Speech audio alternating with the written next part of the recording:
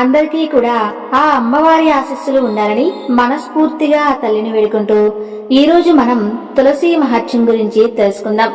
తులసి మహత్యం వింటే చాలు కోటి గోవులను దానం చేసిన పుణ్యఫలం ఇక మీ ఇంట్లో అన్ని శుభాలే కలుగుతాయి.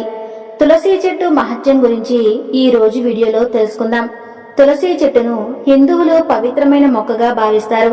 కానీ తులసి చెట్టు యొక్క మహిమ గురించి చాలా మందికి తెలియదు. తులసి మొక్క మహిమ గురించి విన్నా, చెప్పినా, చదివినా, వినిపించినా సకల శుభాలు కలుగుతాయి. పాపాలన్నీ తొలగి కోటి జన్మల పుణ్యఫలం కలుగుతుంది. తులసి అనే పదాన్ని రెండు విధాలుగా విభజిస్తారు. దీంట్లో తూ అంటే మృత్యువు, లసి అంటే ధిక్కారం చేసేది అని అర్థం. మృత్యువును ధిక్కారం చేసేది అని అర్థం. మొత్తంగా మృత్యువును ధిక్కారం చేసేది అని అర్థం. తులసి మొక్క మహిమ గురించి స్కంద పురాణం, పద్మ పురాణం, వాయు పురాణం, మాఘ పురాణం, బ్రహ్మ వైవర్ధన పురాణం, గరుడ పురాణం మరియు వేదాలలో కూడా వివరించడం జరిగింది. తులసి మొక్క మొదట్లో సమస్త తీర్థాలు, మధ్య భాగంలో సమస్త దేవతలు, కొనలయందు సమస్త వేదాలు ఉంటాయి. తులసి మొక్కను దర్శించి ఒక్క నమస్కారం చేస్తే చాలు బ్రహ్మహత్య మొదలైన ఘోర పాపాలు నశించి కోటి గోవులను దానం చేసినంత ఫలితం కలుగుతుంది. తులసి జననం గురించి తెలిపే ఈ పురాణ కథను వింటే చాలు మీ ఇంట్లో అన్ని శుభాలే కలుగుతాయి, సకల పాపాలు తొలగిపోతాయి. ఆ కథ ఏంటో ఇప్పుడు మనం తెలుసుకుందాం. అంతకన్నా ముందు మా వీడియోకి ఒక లైక్ చేయండి, షేర్ చేయండి. తులసి పూర్వజన్మలో ఒక మధురా నగరిలో ఒక గోపకన్య, శ్రీకృష్ణుని అనురాగ పాత్రురాలు. వీరి ప్రళయ కార్యకలాపాల ఓరవలేని రాధామణి ఆమెను నీవు భూలోకంలో పుట్టుదువుగాక అని శపించింది. దానికి గోపకన్య భయపడి గోపాలుణ్ణి శరణు వేడింది.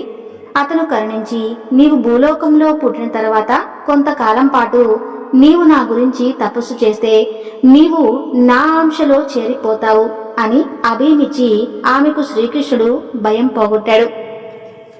ఆమె ఆ శాపం కారణంగా భూలోకంలో కార్తీక పౌర్ణమి శుక్రవారం రోజు మాధవి ధర్మ ధ్వజరాజు దంపతులకు కుమార్తెగా జన్మించింది.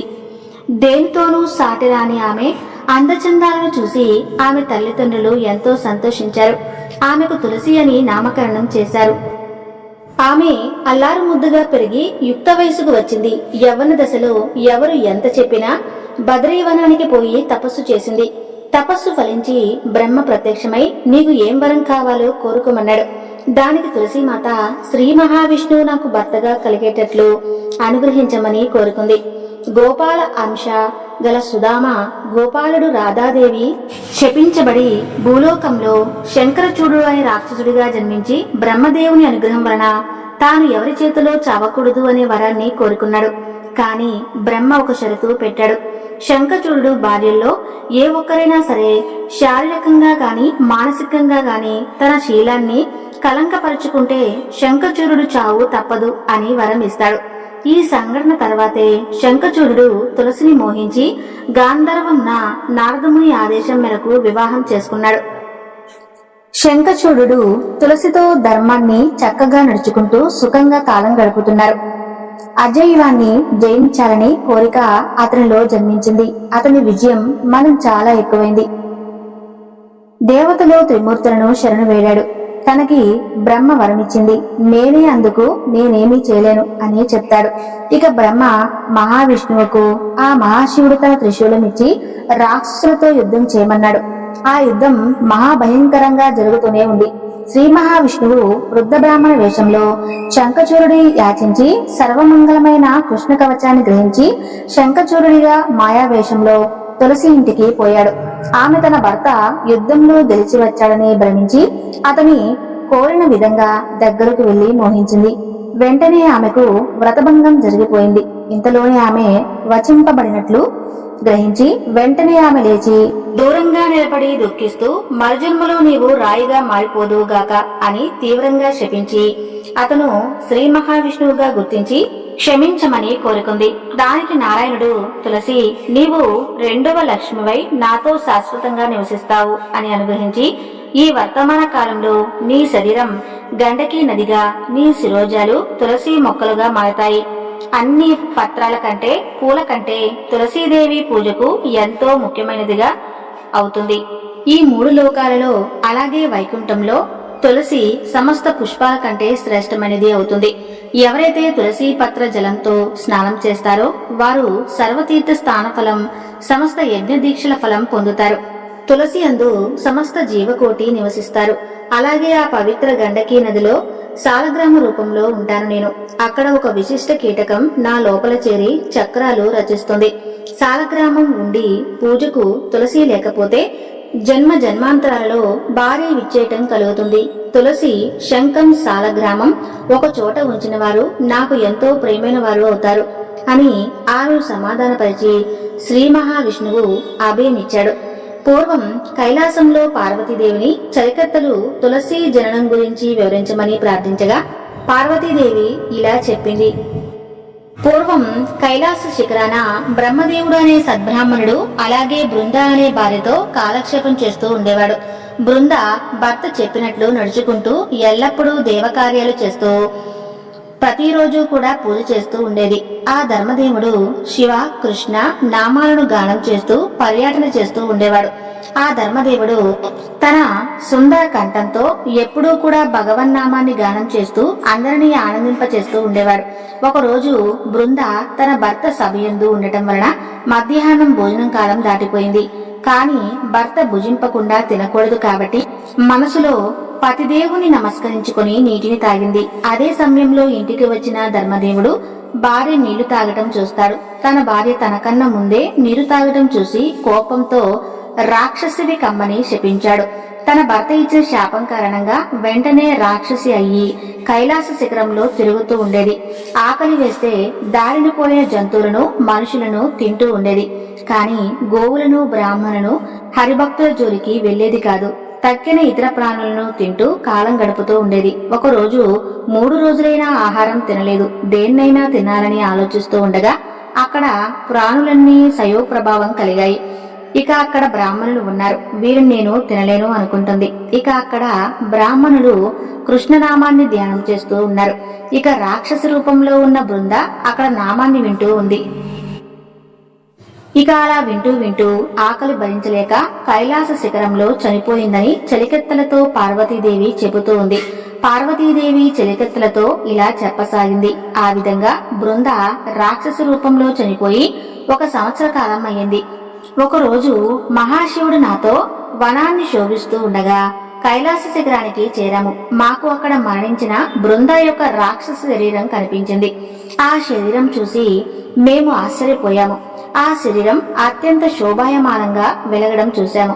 అప్పుడు మహేశ్వరుడు నాతో, చూసావా, సద్బ్రాహ్మణుడు భార్య అయిన బృంద దైవవశమున రాక్షసి అయ్యి ఇక్కడ దేహాన్ని త్యాగం చేసింది.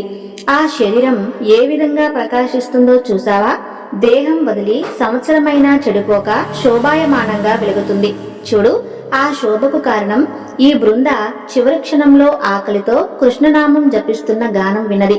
ఆ విధంగా బృంద కోటీశ్వరుల కాంతుల వలె వెలుగుతుంది. ఈ బృంద ధర్మదేవుని భార్య శాపవశమున రాక్షసి అయింది. బ్రహ్మహత్య చేయలేదు. ఇలాంటి ఉత్తమురాలు భక్తి వృధా కాకూడదు. ఈ బృంద భూలోకంలో వృక్షరూపం ధరించి శ్రీ మహావిష్ణువుకు ప్రీతి కలిగిస్తుంది. కాబట్టి ఓ గనుములారా, మీరందరూ ఈ శరీరాన్ని తీసుకుని పోయి భూమి యందు నాటిరండి. ఈ బృంద యొక్క పత్రం వలన స్వయంగా శ్రీహరి పూజితుడవుతాడు. తులసి ప్రతి ఒక్క ఆకులోనూ ద్వాదశాక్షరి మంత్రం ఉంది. ఉమామహేశ్వరులకు బృంద అధిష్టాన దేవత. తులసి ఆకులతో ఏ భక్తులు అయితే విష్ణువును పూజిస్తారో అలాంటి వారు ఎలాంటి పాపాలైనా నశిస్తాయి అని ప్రమద గణాలకు చెప్పాడు. ఇక అదే సమయంలో ధర్మదేవుడు బృందాయోగం వలన దుఃఖిస్తూ క్షీణించి అక్కడికి వచ్చాడు. బృందా బృందా అంటూ అక్కడకు వచ్చాడు. ఓ ప్రియా, నీవెక్కడా? నేను పాపిని, నిర్దోషివైన నిన్ను రాక్షసుని అవ్వమని శపించాను. నేను ఉత్తమ మానవుడిని కాదు అని నిందించుకుంటూ వచ్చాడు. అక్కడ పరమేశ్వరుని చూసి సాష్టాంగ నమస్కారం చేశాడు. అక్కడ జరిగిందంతా మహేశ్వరుడు ధర్మదేవునితో చెప్పాడు. అప్పుడు ధర్మదేవుడు మహాశివుణ్ణి ఇలా అన్నాడు. దేవదేవా, బృంద తులసి చెట్టుగా అయినప్పుడు నాకు ప్రియమైన ఆ వృక్షానికి మాలను అవుతాను అని పలుకుతాడు. దానికి శంకరుడు తదాస్తు అంటాడు. ఆ విధంగా ధర్మదేవుడు తులసికి మాల అయ్యాడు. తర్వాత శివుని ఆజ్ఞ ప్రమద గణములతో ఆనందంతో భూమండలం వచ్చి ఈ దేహాన్ని యమునా నది యందు నాటారు. అనంతరం మహావిష్ణువుకు ప్రీతికరమైన కార్తీక మాసంలో అమావాస్య ప్రాతకాలంలో తులసి విష్ణువుకు శివునికి ప్రీతిగా ఆవిర్భవించింది. తులసి ఆవిర్భవించిన వెంటనే శివునితో నారాయణుడు భూలోకం వచ్చి తులసిని చూశాడని పార్వతీదేవి చరికత్తులతో చెప్పింది. ఒకసారి శంకరుడు నారద మహర్షితో ఇలా అన్నాడు. నారద, తులసి మహత్యం వినుము. అది విన్న మానవుడు సర్వ పాపాల నుండి విముక్తుడవుతాడు. తులసి దర్శనం స్పర్శ వలన తులసి మానవుల పాపాలను సర్వదా నశింపచేయును. ప్రాతకాలంలో లేచి చక్కగా స్నానం చేసి తులసిని చూస్తే నిశ్చయంగా సర్వభూతాలు దర్శించిన ఫలితం కలుగుతుంది. శ్రీ మహావిష్ణువును ప్రత్యక్షంగా దర్శనం చేసుకుంటే ఎంత పుణ్యం కలుగుతుందో తులసి చెట్టు దర్శనం అంతటి ఫలితాన్ని ఇస్తుంది. తులసి దర్శనం వలన జన్మాంతరంలో చేసిన పాపాలు నశిస్తాయి. శుచిగా ఎవరైతే తులసి దళములను పట్టుకుంటారో అలాంటి వారి సర్వ పాపాలు నశించి తక్షణం పవిత్రులు అవుతారు. తులసిని తాకడమే స్నానం, తులసి స్మరించడమే తపం, ముట్టుకోవడమే ముక్తి. కాబట్టి సర్వదా ఎవరైతే తులసిని ప్రదక్షిణం చేస్తారో వారు స్వయంగా శ్రీ మహావిష్ణువుకు ప్రదక్షిణం చేసినట్లే అవుతుంది. ఇందులో ఎటువంటి సందేహము లేదు. నారద, ఏ వ్యక్తి తులసి మొదట్లో ఉన్న మట్టితో తలకు కంట ప్రదేశంలో, చెవులు హృదయం దగ్గర గుండె ప్రదేశంలో, నాభియందు తిలకంగా ధరిస్తారో అతడు పుణ్యాత్ముడు అవుతాడు. కార్తీక మాసం తులసి వనంలో హరిని పూజించిన వారికి 10,000 ఆవులను దానం చేసినంత ఫలితం, అలాగే యజ్ఞాల ఫలితం పొందుతారు అని మహాశివుడు నారదుడితో చెప్పాడు. స్కంద పురాణంలో వైశాఖ ఖండంలో తులసి మహత్యం తెలిపే ఒక కథ ఉంది. ఈ కథను విన్న వెంటనే సకల పాపాలు పోయి కోటి జన్మల పుణ్యఫలం దక్కుతుంది.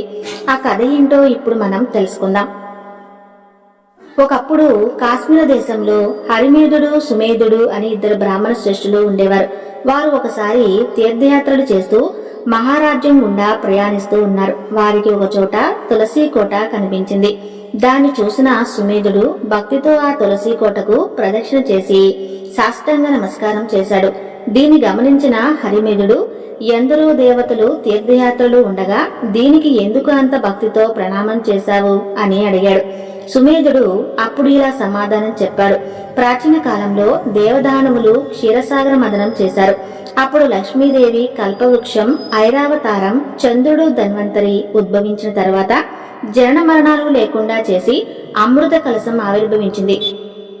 అప్పుడు దాన్ని తీసుకుని సంతోషించాడు. శ్రీ మహావిష్ణువు అప్పుడు కంటి నుండి కొన్ని ఆనంద బాష్పాలు అమృతం మీద పడ్డాయి. వెంటనే వాటి నుండి తులసి మొక్క మొలిచింది.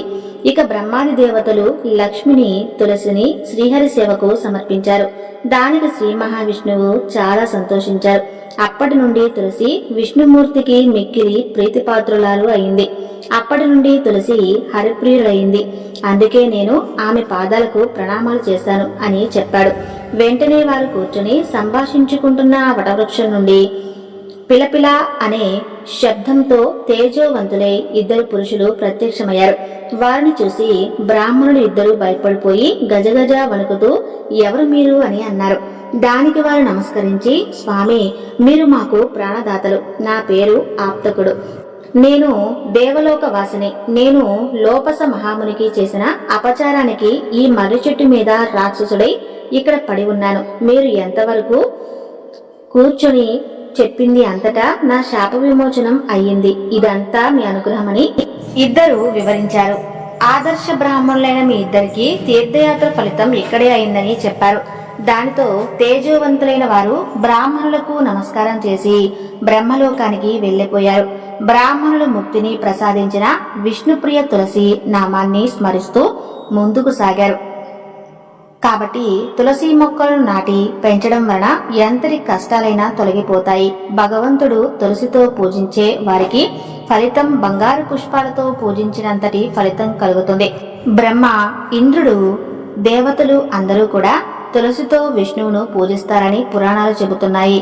తులసి మన ఇంట్లో ఉంటే అన్ని శుభకార్యాలు జరుగుతాయి. కాబట్టి ఎంతో విశేషమైన ఈ తులసి మహత్యాన్ని వింటే చాలు, సకల శుభాలు కలుగుతాయి. కోటి జన్మల పుణ్యఫలం కలుగుతుంది. ఓం శ్రీ తులసీదేవియే నమః అని చిన్న కామెంట్ చేయండి. అలానే ఈ వీడియో నచ్చితే తప్పకుండా లైక్ చేయండి. ధన్యవాదాలు.